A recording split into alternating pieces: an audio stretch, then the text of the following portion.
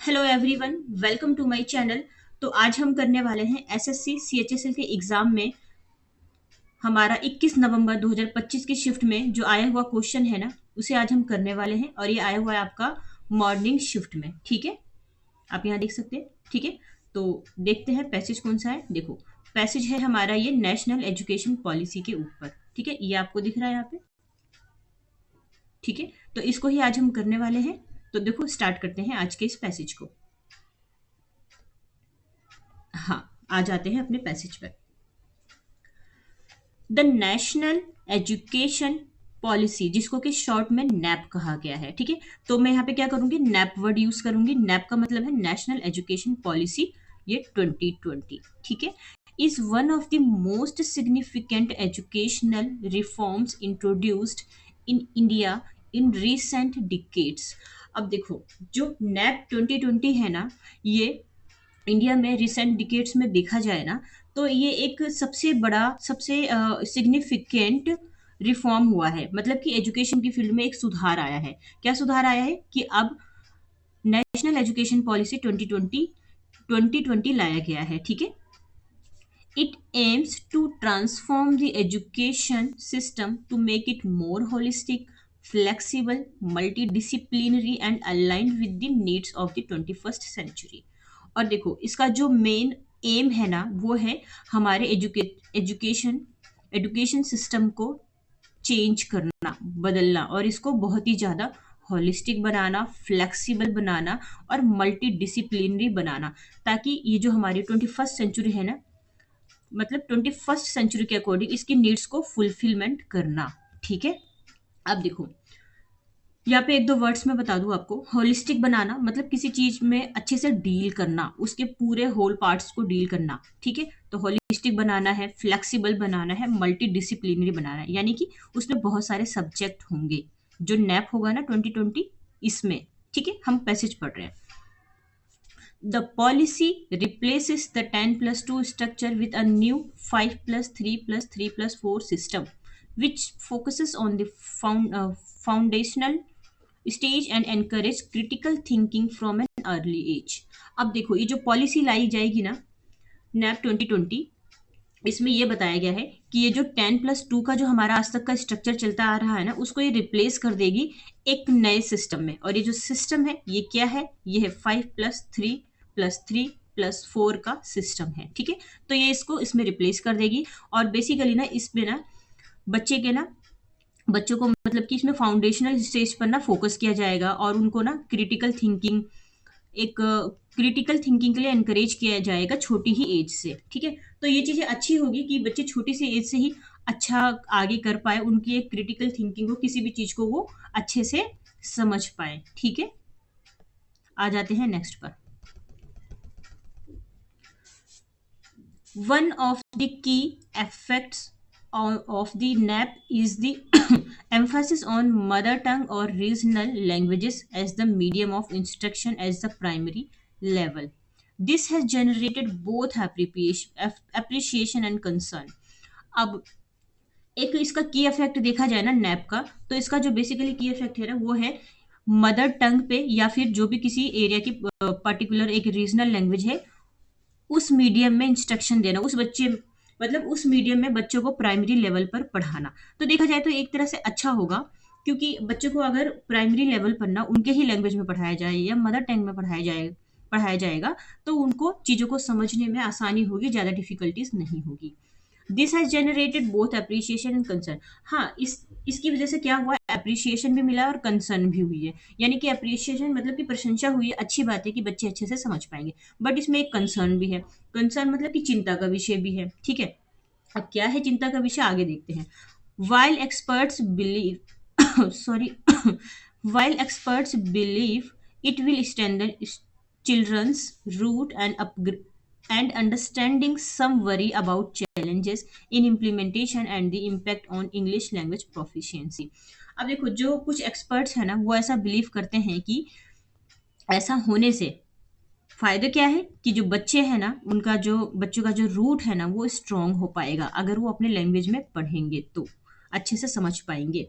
But चिंता का विषय तो ये है कि हमारा जो इंग्लिश लैंग्वेज है ना, उसकी जो इंग्लिश लैंग्वेज की जो काबिलियत है, उस पे जो भी असर पड़ेगा, उसको लेकर थोड़ा-सा वरी है, थोड़ा-सा परेशान है। क्यों?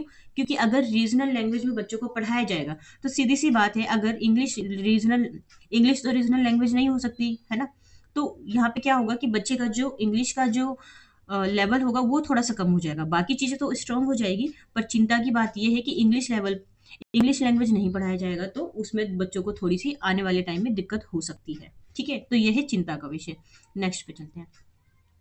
देखो, यहाँ से कुछ इमेजेस देखेंगे, अच्छे से समझ में आएगा। ये हाँ, न्यू एजुकेशन पॉलिसी 2020, ठीक है?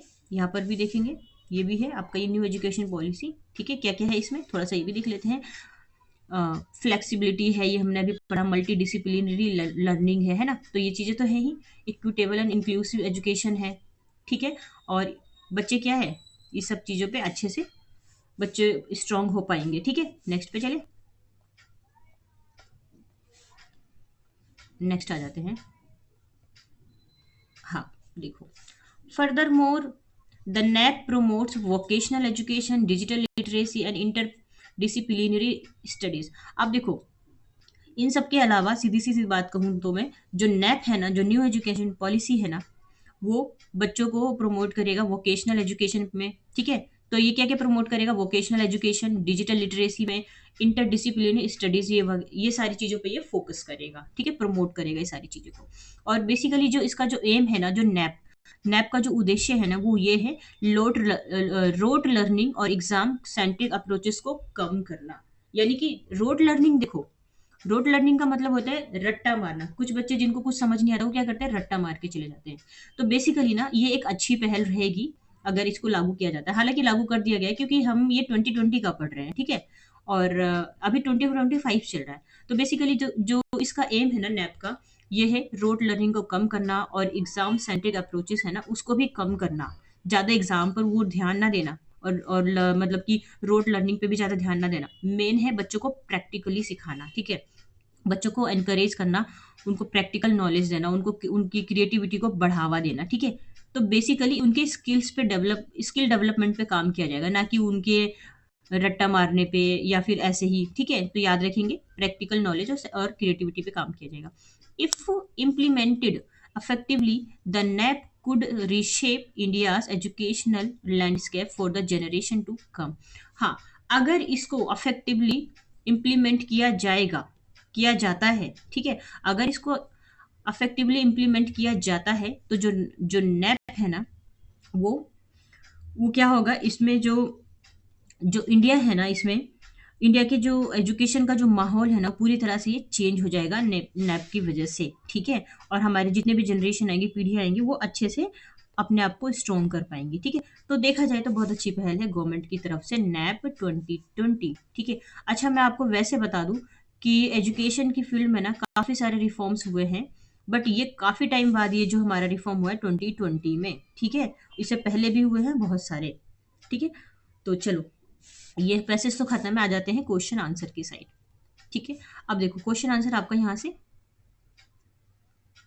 हाँ, स्टार्ट करते हैं। फर्स्ट क्वेश्चन, आइडेंटिफाई, देखो ये क्या हो रहा है,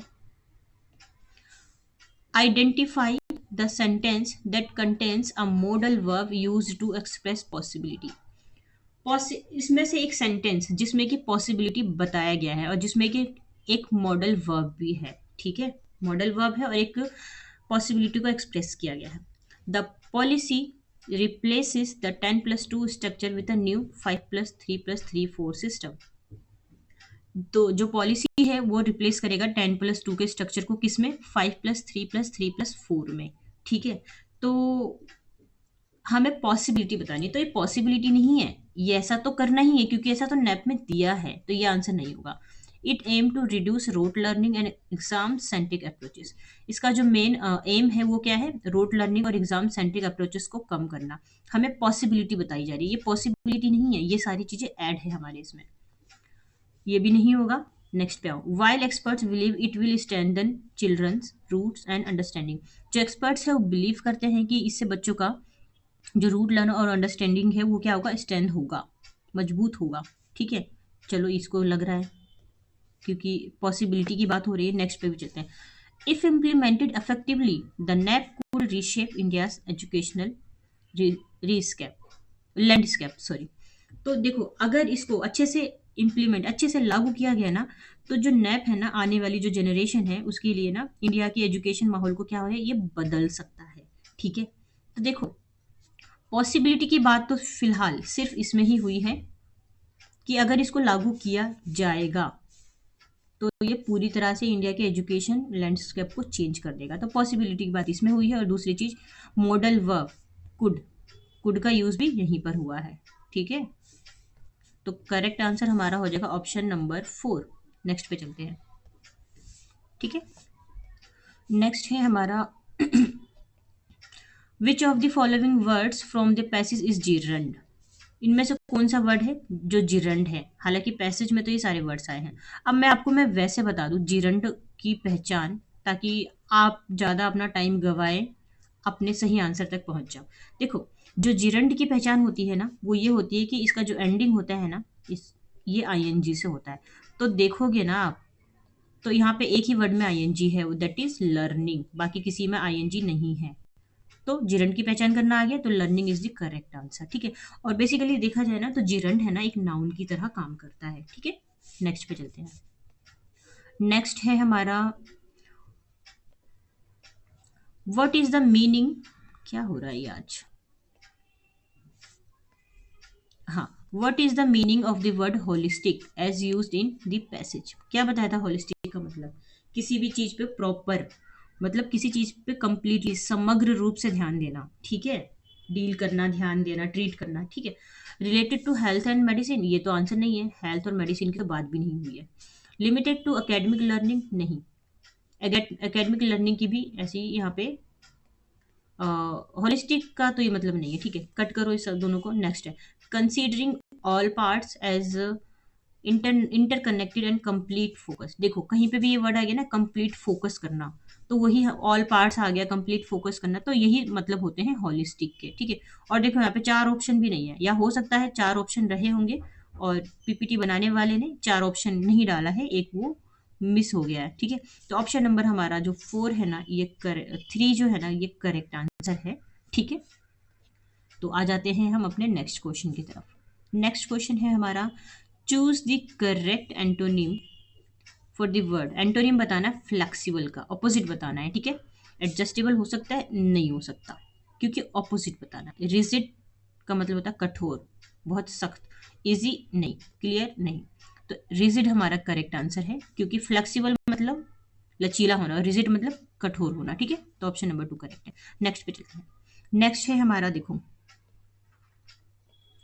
विच is a key goal of the NEP according to the passage. Passage के अकॉर्डिंग जो बेसिकली जो नैप का जो की गोल है वो क्या है?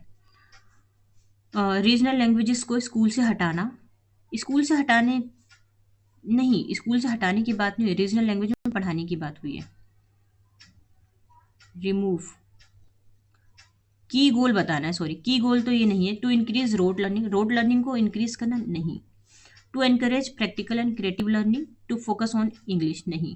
देखो, बच्चे इसमें कंफ्यूज हो सकते हैं। ठीक है, पैसेज में दिया है ये, पर ये आंसर सही नहीं है, क्योंकि हमें इसका गोल बताना है। तो इसका बेसिकली जो गोल है वो ये है कि प्रैक्टिकल और क्रिएटिव लर्निंग को एनकरेज करना, ताकि बच्चे आगे बढ़ पाए। तो इसका आंसर भी हमारा हो जाएगा 3।